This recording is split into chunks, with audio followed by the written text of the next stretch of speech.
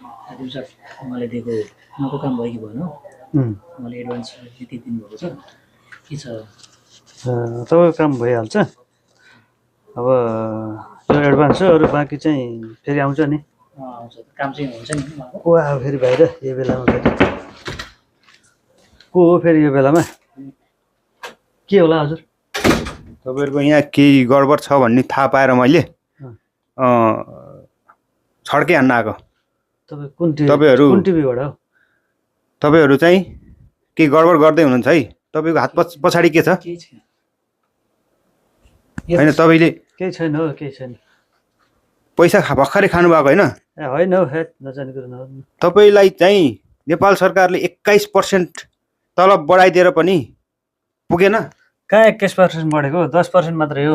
नचाहिने कुरा नगर्नु हो अनि 10% ल तपाईको हिसाबले 10% ठिकै छ 10% भए पनि तलब त बढेको नि तलब बढेको